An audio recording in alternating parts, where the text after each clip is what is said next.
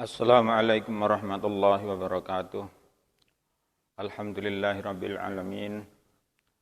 Alladzi hadana li hadza wa ma kunna linahtadiya laula an hadanallah.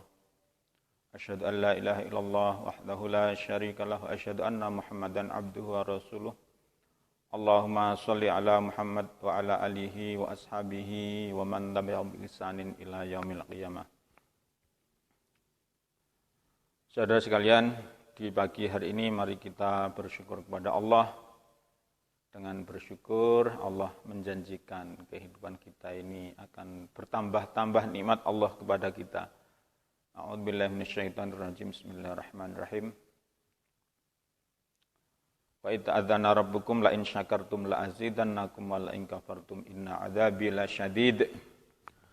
Dan ingatlah ketika Tuhanmu sudah mengumumkan la in syakartum, sungguh jikalau kalian bersyukur, la azidannakum, sungguh akan aku tambah nikmatku pada kalian, wala in kafartum inna adzabi lasyadid. Manakala kalian kufur, inna adzabi lasyadid, sesungguhnya adabku teramat pedih. Nah ini saudara sekalian, alhamdulillah ada kabar baik yang patut kita syukuri. Mulai saat ini perguruan tinggi kita sudah berubah status, jangkauannya lebih luas. Kalau dulu itu cuma ekonomi bisnis jangkauannya dengan nama Sekolah Tinggi Ilmu Ekonomi Ahmad Dahlan. Tadi malam dapat WA dari teman-teman dosen, sudah berubah menjadi Institut Teknologi dan Bisnis Ahmad Dahlan. Ada tambahan satu prodi lagi ternyata di sana itu, yaitu prodi ilmu. Mari kita senantiasa terus semangat, dan pagi hari ini mari kita lanjutkan kajian kita mengenal diri kita, mengenal Islam, mengenal Allah, dan nanti pada akhirnya diharapkan kita ini menjadi pribadi yang tahu Tuhan. Tahu itu belum berarti melihat, belum tentu melihat ya. Jadi tahu itu paham siapa Tuhan kita, kemudian misi, tujuan dan manfaat hidup kita ini diharapkan seperti itu. Maka di pertemuan yang ketiga ini kita nanti akan mengkaji tentang hakikat manusia dalam pandangan Islam. Jadi manusia itu siapa? Terus Islam memandang manusia itu seperti apa?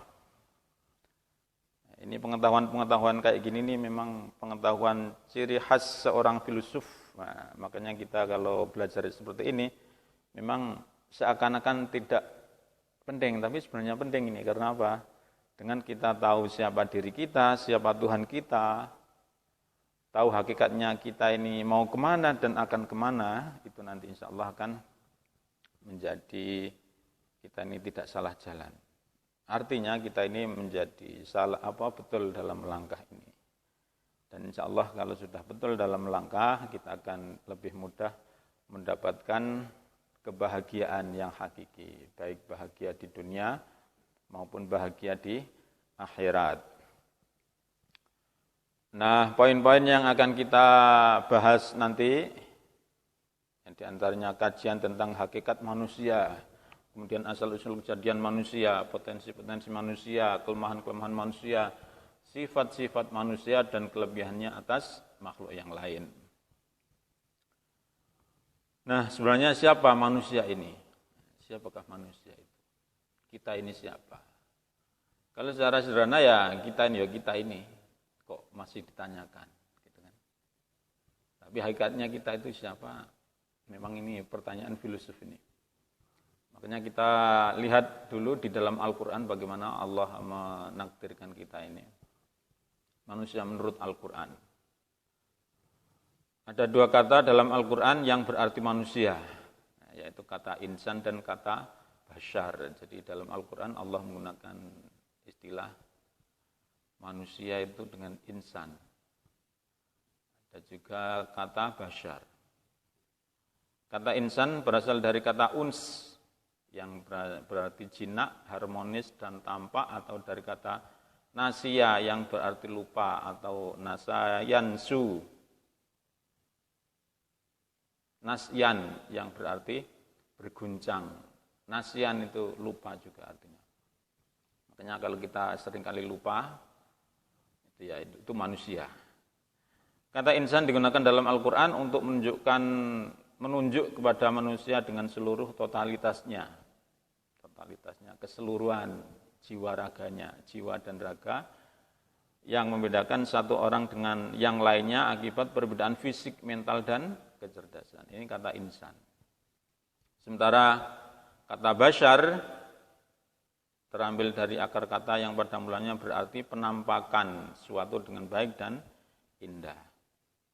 Kata bashar menunjuk kepada proses kejadian manusia dengan tahapan-tahapan sehingga mencapai tahap kedewasaan. Gitu. Jadi secara bahasa manusia itu tadi kata insan dan bashar.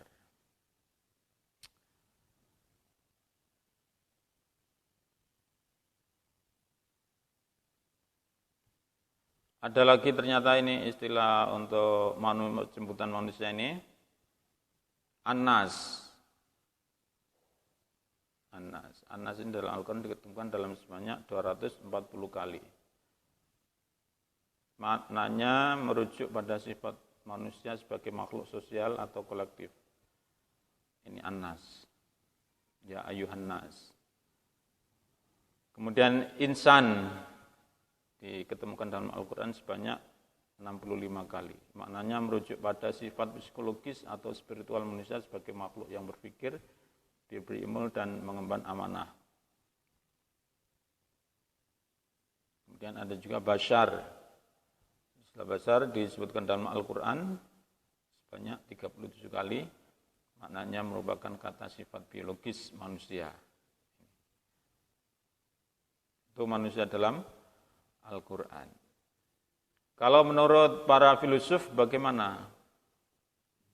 Manusia dari dulu ini kan juga memang sangat penasaran sekali. Mereka berpikir siapa sesungguhnya manusia itu. Ada salah satu ilmu yang dinamakan filsafat manusia. Filsafat manusia ini adalah suatu cabang dari filsafat yang membahas tentang arti menjadi manusia. Ini. Filsafat manusia termasuk dalam kajian ontologi atau metafisika. Kajian yang tidak bisa dilihat, tidak bisa dipegang. Filsafat manusia biasa disebut juga antropologia metafisika atau psikologi metafisis. Manusia adalah makhluk yang berhadapan dengan diri sendiri dalam dunianya. Ini manusia.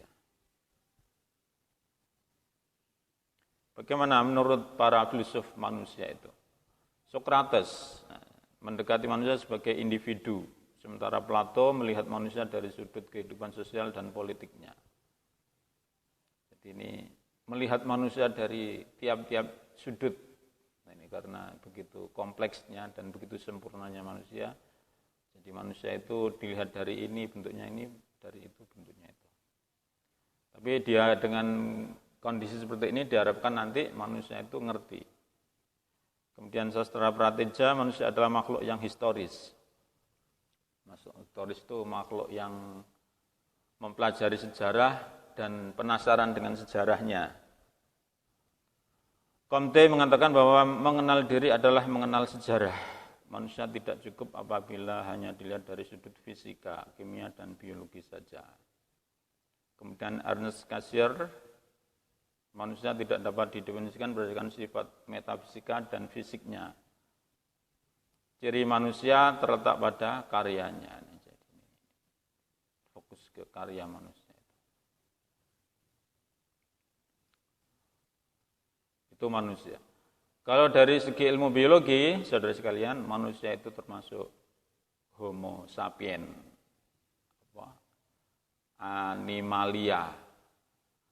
animalia, terus termasuk binatang bertulang belakang, kemudian dalam kelas Homo sapien dan seterusnya itu. Jadi secara fisik itu termasuk binatang. Makanya jangan heran kalau kemudian orang Arab mengatakan, dan ini kayaknya ini mengambil pendapat Aristoteles, al-insanu hayawanun natikun. Manusia adalah hewan yang berakal. Jadi, ciri khas manusia beda dengan hewan-hewan yang lain adalah manusia itu berakal. Ini ciri khas manusia. Saya yakin saudara-saudara sekalian pun nanti bisa melihat hakikat diri kita itu seperti apa. Monggo. Latihan jadi filosof. Siapa manusia itu dan untuk apa. Tapi yang jelas kita sebagai orang Islam tentu saja ya percaya dengan yakin dengan firman-firman Tuhan, firman-firman Allah dalam Al-Quran. Makanya kalau dalam Al-Quran disebutkan manusia adalah khalifah fil ard itu nanti.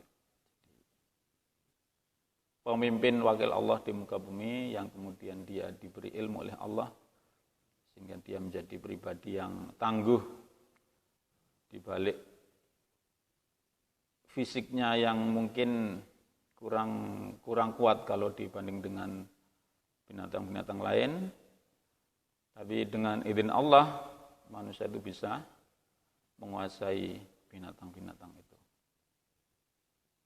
Berikutnya kita kupas tentang kejadian dan asal-usul manusia. Kalau kita menganut teori-teori evolusi, ini pendapat orang-orang ahli antropologi dan sebagainya ini, yang manusia itu memang punya kekerabatan dari binatang yang lainnya, misalnya kera gitu ya, punya kekerabatan, maksudnya itu punya kemiripan biologis.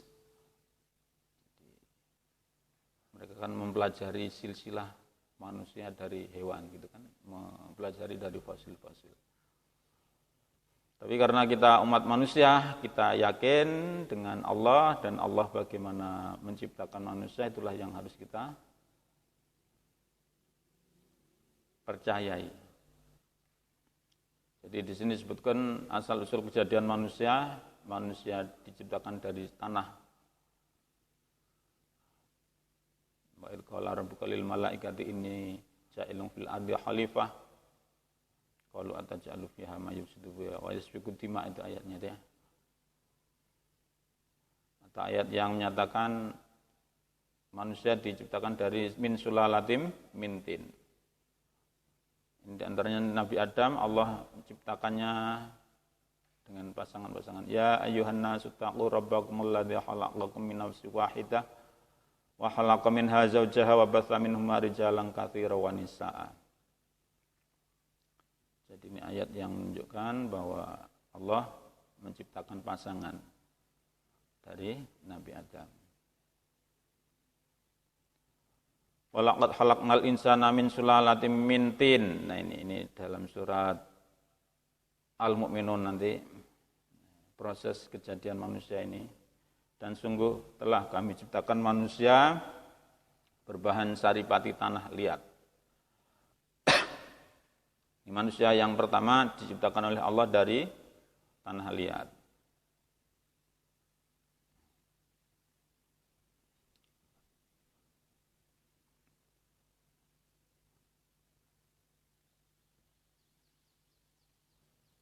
Surat Al-Mu'minun ayat 12 sampai 16 ini adalah proses kejadian manusia. A'udzubillahi minasyaitonirrajim. Bismillahirrahmanirrahim.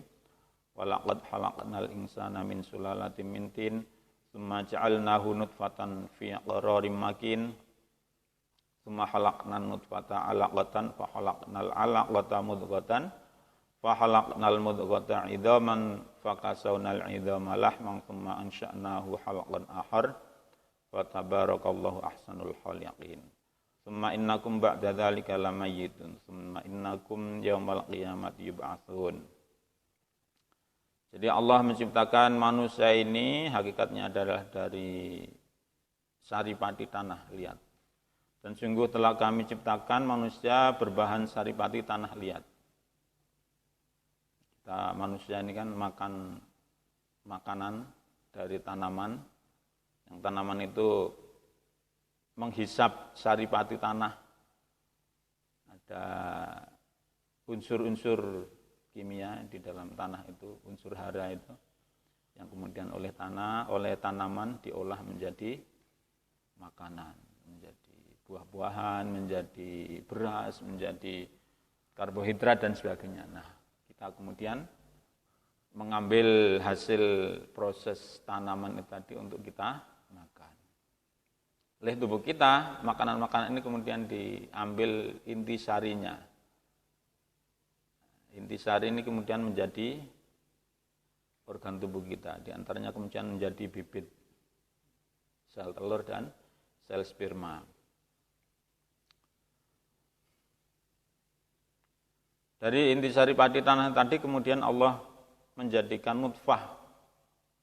Ini tentu saja proses biologis, saudara sekalian ya. Nutfah yang berada dalam tempat yang kukuh. Tsumma khalaqna nutfata 'alaqah.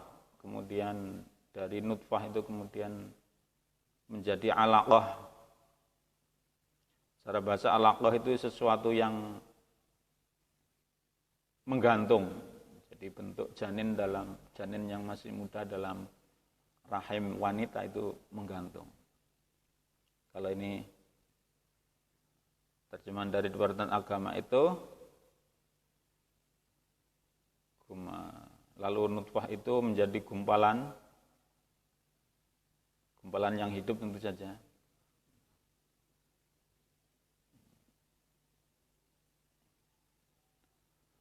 Fa khalaqnal 'alaqata mudghatan.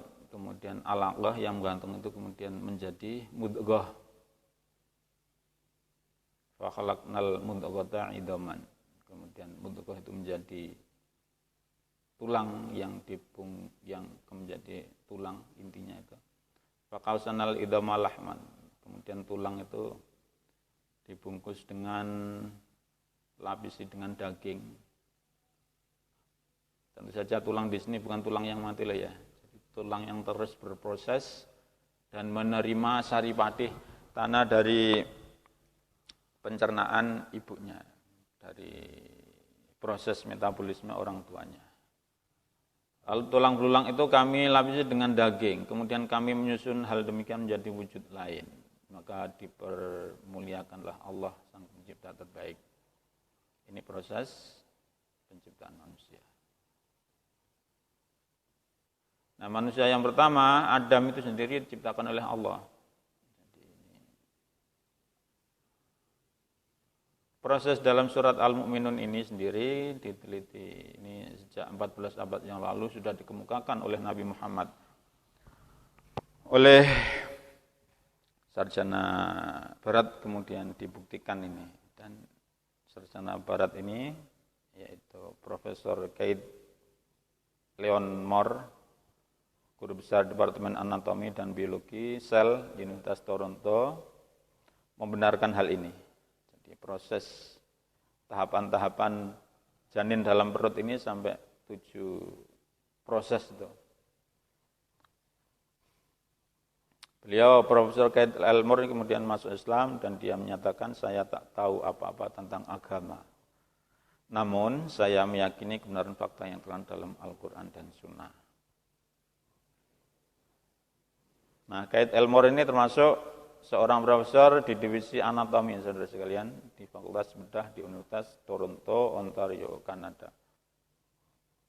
Di universitas beliau ini menjadi dekan ilmu kedokteran, Fakultas Kedokteran Universitas dan ketua anatomi dari tahun 76 hingga 84. Jadi konsep-konsep dalam Islam ternyata bisa dibuktikan oleh ilmu pengetahuan terbaru. Yang kita sendiri pemeluk Islam ya jangan sampai minder.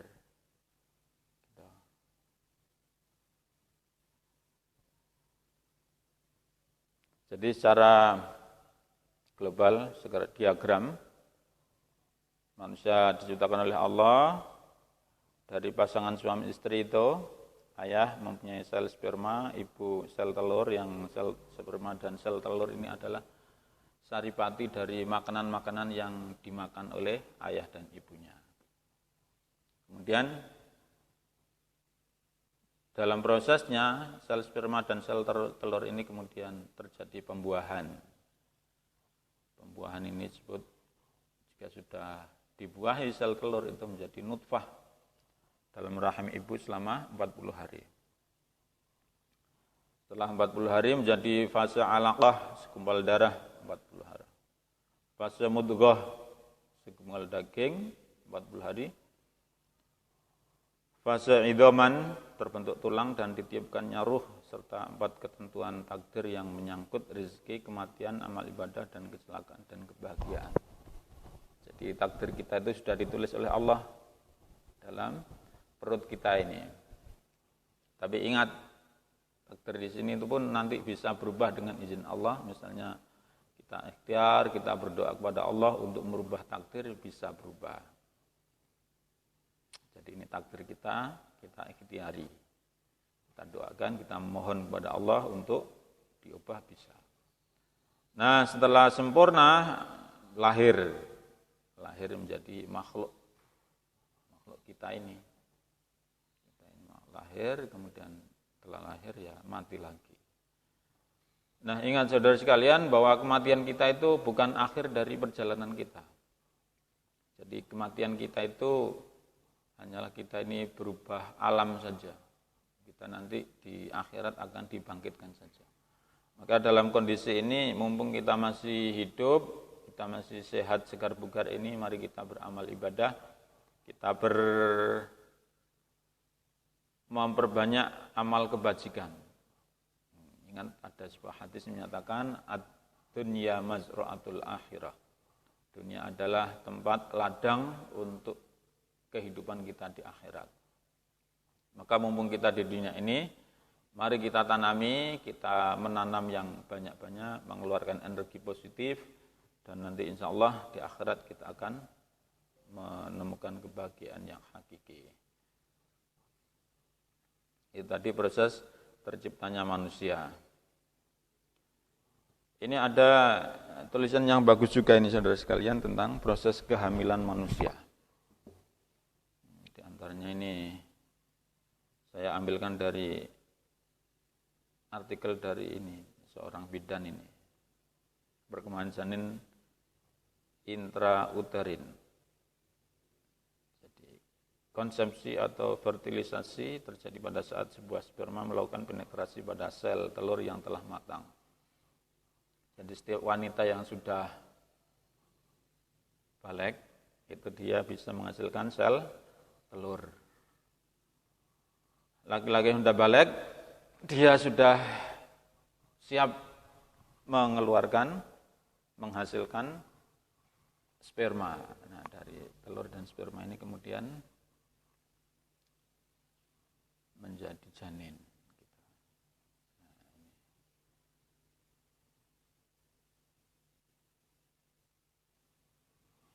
Berikutnya kita bahas tentang potensi-potensi manusia.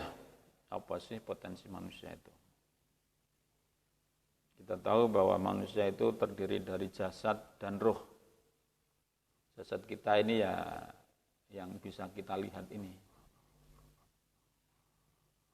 Jika kita sakit, jasad kita bisa dipegang, diraba dan sebagainya. Ini dikemukakan oleh Allah dalam surat Al-A'raf ayat 31. Kemudian ada juga kita ini punya ruh. Ruh ini tidak bisa diindra, tapi bisa dirasakan. Nah, manakala ruh sudah keluar dari jasad, maka ya sudah finish kehidupan di dunia ini.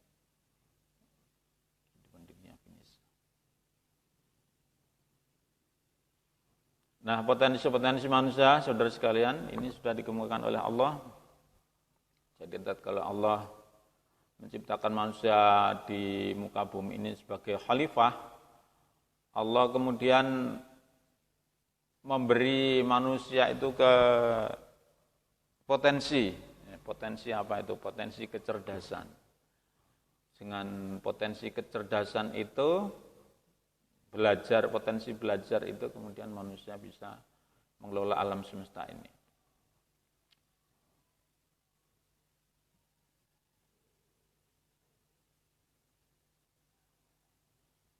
Nah, pribadi manusia, penelitian terbaru ini saudara sekalian, kalau dulu itu kan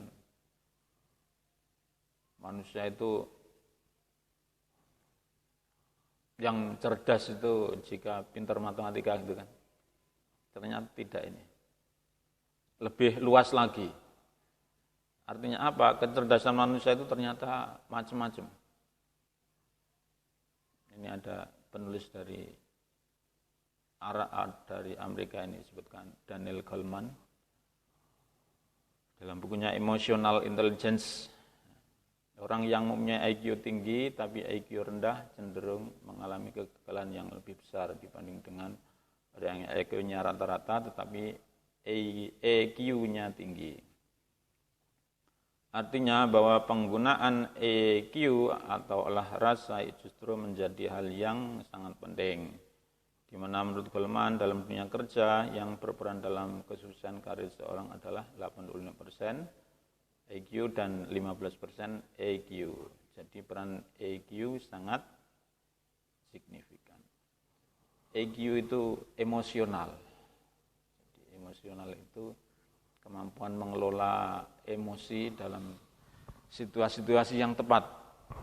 Itu butuh kecerdasan. Kapan kita itu boleh marah, boleh tegas, boleh lemah lembut. Kapan kita itu selayaknya bersikap yang pas, itu adalah kecerdasan emosi. Nah, ini termasuk keunggulan potensi manusia. Di artikel ini akan kita bahas IQ, EQ, SQ. Ini IQ. Zaman saya pelajar dulu itu kalau anak pinter matematika itu cerdas gitu katanya ya. Tapi kemudian ini berubah konsep itu dan ini setelahnya kita ubah ini bahwa orang pintar itu enggak cuma pintar matematika.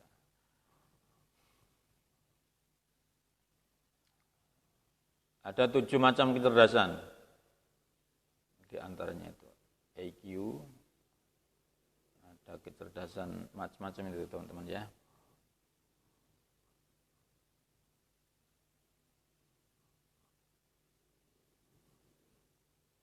Kenapa ada orang disebut lebih cerdas dari yang lain? Ketika seorang anak usia 2 tahun dapat mengeja deretan huruf pembentuk kata, bahkan kalimat dengan baik dan benar, serta merta orang tua dan lingkungannya menyebut ia anak cerdas. Sederhana dasar yang dipakai, banyak anak lain dalam usia tersebut sama sekali belum mampu melakukan hal itu.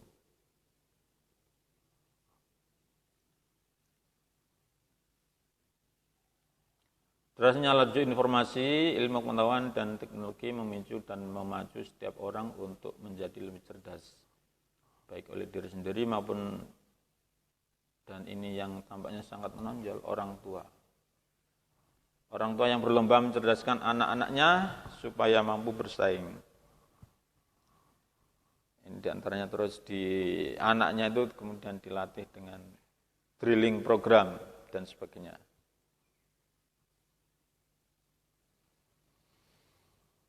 Tapi patut kita yakini lagi, teman-teman ya, bahwa setiap orang itu punya kecerdasan masing-masing. Setiap orang itu punya kemampuan yang istimewa. Makanya kita harus kembali ke konsep Allah. Laqad khalaqnal insana fi ahsani taqwim. Sungguh kami ciptakan manusia itu dalam sebaik-baik bentuk. Jadi bagaimanapun kondisinya kita itu pasti ada istimewanya. Makanya kita tidak boleh minder. Kita cari kecerdasan kita. Nah, saudara sekalian, selain emosional tadi, ada juga spiritual. SQ, spiritual question, itu kecerdasan spiritual. Ini memang enggak sembarang orang punya kecerdasan spiritual. Nah, kemudian di akhir ini kemudian ada lagi ini peran IQ, adversity question, kecerdasan dalam menghadapi masalah. Jadi dalam menghadapi masalah kita itu sangat diharapkan mampu bertindak dengan proporsional sesuai dengan kebutuhan. Nah, inilah adversity equation ini, kecerdasan dalam menghadapi masalah adalah kemampuan kecerdasan seorang untuk dapat bertahan menghadapi kesulitan-kesulitan dan mampu mengatasi tantangan hidup. Adversity question ini kemudian penting kita pelajari dan kita latih sehingga nanti kita bisa survive dalam kehidupan ini. Nah, ini potensi-potensi manusia. Yang jelas Allah itu sudah membekali manusia ini dengan kemampuan yang sangat bagus, sangat sempurna sehingga manusia bisa berperan sebagai khalifah fil ard.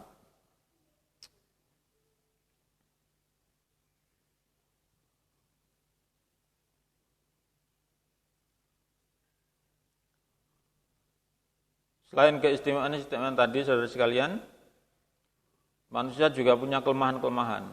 Nah, ini ya, Allah sendiri menyatakan dalam Al-Quran ini berbagai macam kelemahan manusia. Di antaranya di sini disebutkan manusia bertabiat zalim dan bodoh. Jadi seringkali manusia ini zalim, menempatkan sesuatu tidak pada tempatnya. Ini disebutkan dalam surat Al-Ahzab ayat 72. Yang artinya sesungguhnya kami telah mengemukakan amanah tugas kepada langit, bumi, dan gunung-gunung. Maka semuanya enggan untuk memikul amanat itu dan mereka khawatir akan mengkhianatinya. Dan dipikulah amanah itu oleh manusia, sesungguhnya manusia itu amat zalim dan amat bodoh. Jadi manusia ini zalim dan bodoh. Tapi ini istimewa nanti akhirnya. Berikutnya, manusia juga suka membantah. Dan sesungguh kami telah mengulang-ulangi bagi manusia dalam Al-Quran ini bermacam-macam perumpamaan. Dan manusia adalah makhluk yang paling banyak membantah. Surat Al-Kahfi ayat 54. Manusia bertabiat tergesa-gesa, suka tergesa-gesa. Dan manusia itu berdoa untuk kejahatan sebagaimana dia berdoa untuk kebaikan. Dan adalah manusia itu cenderung tergesa-gesa. Pengennya segala keinginannya segera terlaksana. Padahal belum tentu keinginannya itu baik bagi dirinya. Makanya harus kita yakini betul-betul bahwa keinginan kita itu belum tentu baik kalau kemudian terkabul. Maka harus kita yakini bahwa Allah lah yang paling tahu akan kebutuhan-kebutuhan kita dan Allah paling tahu kapan kita itu memperoleh dipenuhi oleh Allah kebutuhan-kebutuhan itu. Manusia bertabiat melampaui batas. Dan apabila manusia ditimpa bahaya, dia berdoa kepada kami dalam keadaan berbaring, duduk, atau berdiri. Tapi setelah kami hilangkan bahaya itu daripadanya, dia kembali melalui jalannya yang sesat. Seolah-olah dia tidak pernah berdoa kepada kami.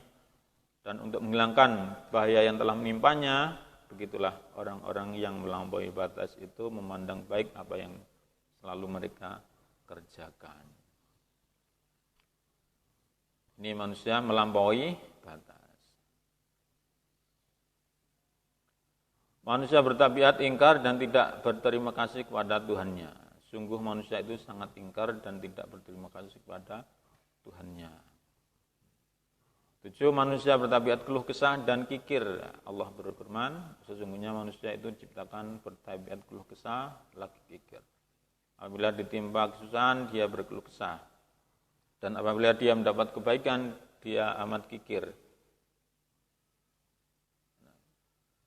Kedelapan, manusia bertabiat susah payah. Allah berfirman, sungguhnya kami telah menciptakan manusia berada dalam susah payah. Ini sukanya manusia itu berusaha payah. Nah, itu tadi kelemahan-kelemahan manusia, saudara sekalian. Mudah-mudahan dengan kita tahu kelemahan-kelemahan ini, kita berusaha untuk memperbaiki diri kita, sehingga akhirnya kita ini menjadi pribadi-pribadi yang lebih penting, pribadi-pribadi yang bisa bertahan hidup menjadi hamba Allah yang soleh. Dan nanti kita menjadi hamba Allah yang sebaik-baik ciptaan Allah.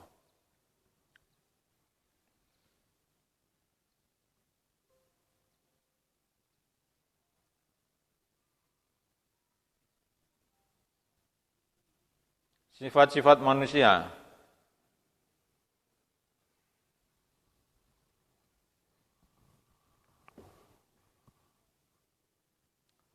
Nah, saudara sekalian, banyak di antara sifat-sifat manusia ini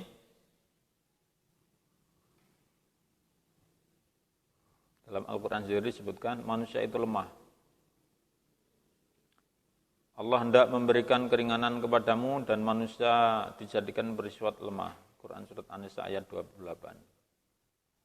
Dua, manusia itu gampang terperdaya. Hai manusia, apakah yang telah mempercayakan kamu berbuat durhaka kepada Tuhanmu yang Maha Pemurah? Nah, ini manusia ini kan gampang terperdaya terutama oleh iblis, saudara sekalian. Jadi dulu kita itu kan diciptakan Allah di surga. Kemudian karena Allah ingin menjadikan kita beranak pinak, maka kemudian dikembalikan ke muka bumi. Dengan harapan apa? Dengan kita ke muka bumi itu, hukum-hukum alam akan bisa terpenuhi. Dan Allah bisa menjadikan manusia ini beranak pinak. Manusia itu lalai, bermudah-mudahan telah melalaikan kamu. Manusia itu penakut, dan sungguh akan kami berikan cobaan kepadamu dengan sedikit ketakutan, kelaparan, kekurangan harta, jiwa, dan buah-buahan. Dan berikanlah berita gembira kepada orang-orang yang sabar. Walanabluwannakum bisyai'im minal khaufi wal ju'i wa naqsim minal amwali wal anfusi was samarat. Basyiris sabirin.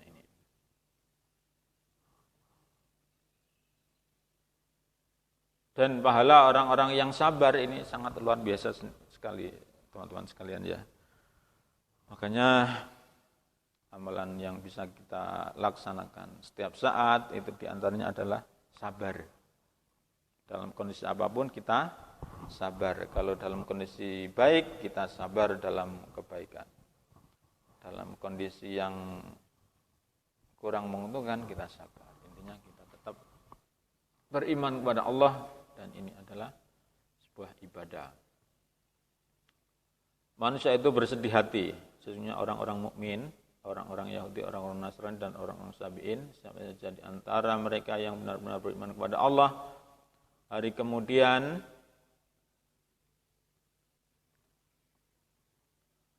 dan beramal soleh, mereka akan menerima pahala dari Tuhan mereka. Tidak ada kekhawatiran kepada mereka dan tidak pula mereka bersedih hati.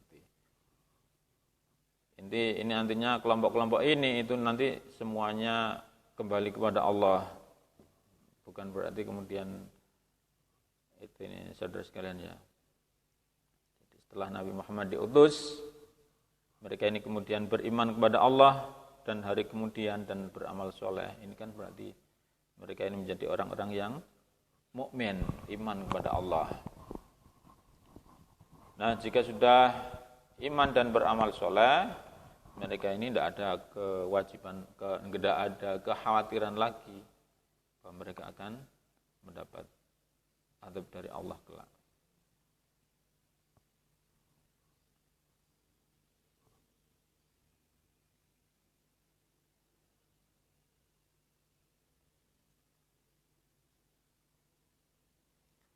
Manusia itu suka berkeluh kesah. Apabila ditimpa kesusahan, ia berkeluh kesah. Surat Al-Ma'arij ayat 20 menyatakan itu. Permasalahan mereka Rasulullah hanya tersenyum dan menjawab selangkah demi selangkah hanzalah kebaikan, dan jika mereka ditimpa malapetaka dia menjadi putus asa lagi putus harapan. Manusia itu kikir. Katakanlah kalau seandainya kamu menguasai perbendaharaan rahmat Tuhanmu, Tuhanku niscaya perbendaharaan itu kamu tahan karena takut membelanjakannya, dan adalah manusia itu sangat kikir. Nah, inilah tabiat yang manusia yang kikir ini, yang suka menahan hartanya, menumpuk-numpuk di rumahnya sendiri ini, menjadikan dunia ini rusak, saudara sekalian. Sebenarnya fasilitas di dunia ini diberikan oleh Allah itu kan untuk kemakmuran manusia. Tapi oleh orang-orang yang rakus itu kemudian ditahan sehingga disimpan, tidak diedarkan ke orang lain. Maka kemudian Allah memberi syariat zakat itu, saudara sekalian. Zakat itu kan untuk mensucikan jiwa raga agar hilang sifat kikir dan sebagainya. Selain itu juga agar kehidupan manusia ini bisa berjalan normal, bisa menikmati kekayaan yang diberikan oleh Allah. Jadi tadi sifat-sifat manusia. Manusia itu suka menuruti prasangka. Dan kebanyakan mereka tidak mengikuti kecuali persangkaan saja. Sesungguhnya persangkaan itu tidak sedikit pun berguna untuk mencapai kebenaran. Sesungguhnya Allah Maha mengetahui siapa yang mereka kerjakan. Manusia itu suka berangan-angan. Orang-orang munafik itu memanggil mereka orang-orang mukmin seraya berkata, "Bukankah kami dahulu bersama-sama dengan kamu?" Mereka menjawab, "Benar. Tetapi kamu mencelakakan dirimu sendiri dan menunggu kehancuran kamu, dan kamu ragu-ragu serta ditipu oleh angan-angan kosong." Ini kelemahan-kelemahan manusia.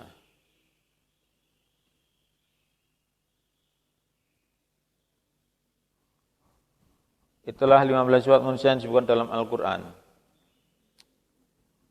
Nah, adapun Islam sudah memberikan solusi untuk segala sifat buruk manusia itu. Sungguh nikmat iman dan Islam ini bukanlah sesuatu yang kita dapat dengan murah.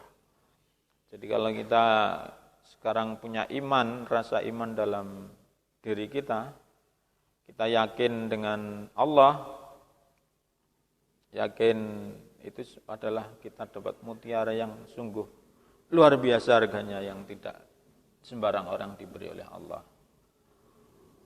Maka ini harus kita syukuri dan kita jaga, bahwa iman adalah hak prerogatif oleh Allah. Orang-orang yang dalam hatinya ada keimanan, itu berarti dia dipilih oleh Allah untuk diselamatkan.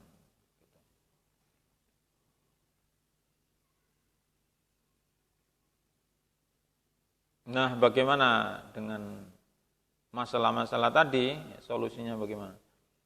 Satu, tetap berpegang teguh pada tali Allah dan petunjuk Allah. Nah, di antaranya ini, Allah berfirman,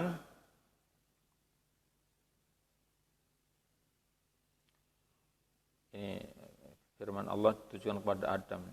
Turunlah kamu semuanya dari surga ini, kemudian jika datang petunjukku kepadamu, maka barang siapa yang mengikuti petunjukku, niscaya tidak akan khawatir atas mereka dan tidak pula mereka bersedih hati. Ini jadi ketika di dunia itu kita harus ikut petunjuk-petunjuk Allah agar tidak tersesat. Surat Al-Baqarah ayat 38. 2. Tetap berada dalam ketaatan sesulit apapun situasi yang melanda. Nah, tetap berada dalam ketaatan di sini berarti bersegera menyambut amalan-amalan kebaikan.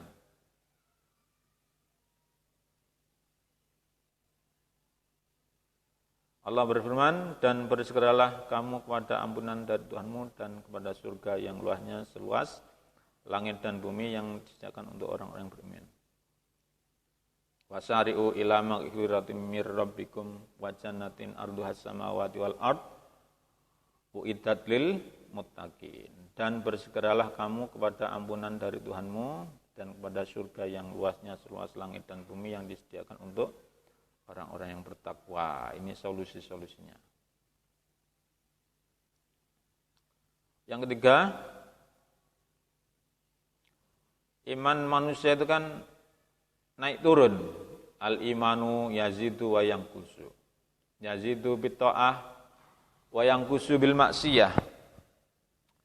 Iman manusia itu naik turun, fluktuatif. Yazidu bitta'ah. Tatkala imannya bertambah, maka ketaatannya bertambah juga.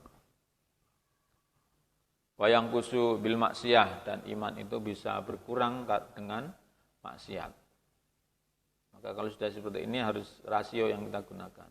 Jika kita imannya dalam kondisi lemah, kita harus memaksa diri kita untuk banyak beribadah kepada Allah.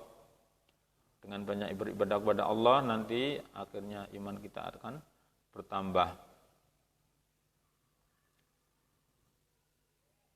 Kondisi ini seperti yang dikhawatirkan oleh sahabat Hanzalah ketika ia curhat kepada Abu Bakar bahwa ia termasuk orang yang celaka. Mengapa demikian? Karena ia merasa imannya turun ketika jauh dari Rasulullah. Ternyata itu pula yang dirasakan lelaki dengan iman tanpa retak itu. Hingga mereka berdua akhirnya menghadap Rasulullah, mendengar permasalahan mereka. Rasulullah hanya tersenyum dan menjawab, selangkah demi selangkah Hanzalah. Tetapi sungguh iman seorang mukmin yang baik akan tetap memiliki tren yang menanjak. Jadi mudah-mudahan kita tetap bisa menjaga keimanan kita, saudara sekalian ya. Tapi kalau kemudian keimanan kita naik turun, ya itu manusiawi itu, asal tidak terjerumus gitu saja. Disinilah mungkin loyalitas kita kepada Allah diuji. Apakah kita bisa belajar mencintai Allah di atas segala sesuatu?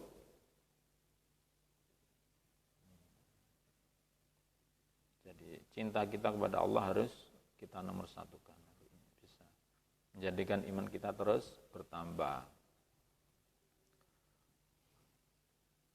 Solusi keempat, kita harus berjamaah, berteman dengan orang-orang yang tepat.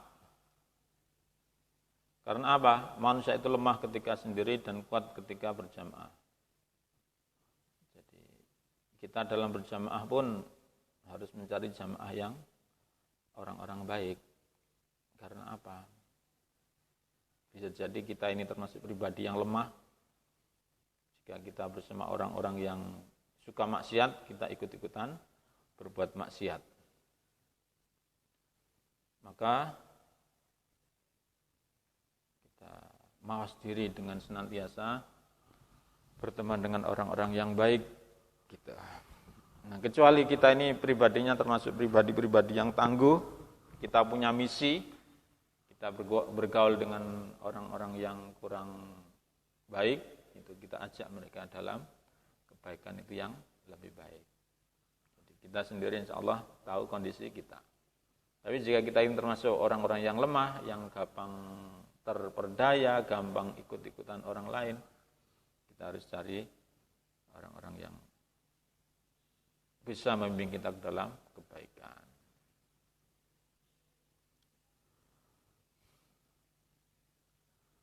Berikutnya kita bahas tentang kelebihan-kelebihan manusia, saudara sekalian ya. Apa sih kelebihan manusia itu? Di muka sudah kita bahas tadi, bahwa keistimewaan manusia adalah dia itu diciptakan oleh Allah. Makanya Allah kemudian memberi ilmu pengetahuan kepada manusia. Bahkan dengan pengetahuan itulah manusia ini menjadi pribadi-pribadi yang dihormati oleh penduduk langit. Di sana ada malaikat-malaikat yang kemudian hormat kepada manusia karena manusia ini punya ilmu pengetahuan. Selain itu Allah juga memberitahukan kepada kita, jadi di antara kita itu mempunyai keistimewaan. Ini dalam Al-Quran disebutkan, A'udzubillahi minasyaitonirrajim, Bismillahirrahmanirrahim. Walaqad dzara'na li jahannama katsiran minal jinni wal ins. Lahum qulubun la yafqahuna biha wa lahum a'yunun la yubsiruna biha wa lahum adhanun la yasma'una biha ulaika kal an'ami bal hum adall ulaika humul ghafilun. Dan sesungguhnya kami jadikan untuk isi neraka jahanam kebanyakan dari jin dan manusia. Mereka mempunyai hati tetapi tidak dipergunakan untuk memahami ayat-ayat Allah. Walahum a'yunul la yubsiruna biha, mereka mempunyai mata tetapi tidak digunakan untuk melihat tanda-tanda kekuasaan Allah. Walahum adhanul la yasma'una biha, dan mereka mempunyai telinga tetapi tidak dipergunakan untuk mendengar ayat-ayat Allah. Ulaika kal an'ami balhum adal. Mereka itu sebagai binatang ternak, bahkan lebih sesat lagi. Ulaika humul ghafilun. Mereka itu orang-orang yang lalai. Jadi kita punya hati, kita punya mata, kita punya telinga, itu semuanya alat-alat untuk masuknya informasi ke dalam otak kita. Nah, informasi itu kemudian kita olah dan kemudian kita proses, kita simpulkan. Manakala kita bisa menyimpulkan bahwa keimanan kita, hidup kita, semuanya ini adalah karena lillahi ta'ala, itulah yang terbaik. Tapi kalau kemudian kita dengan informasi-informasi tadi yang masuk ke hati kita, yang masuk ke telinga kita, yang masuk ke mata kita, kemudian kita tidak mampu untuk memprosesnya, untuk membuat sebuah kesimpulan tentang makna hidup ini, nah itu nanti akan sama dengan binatang ternak kita ini.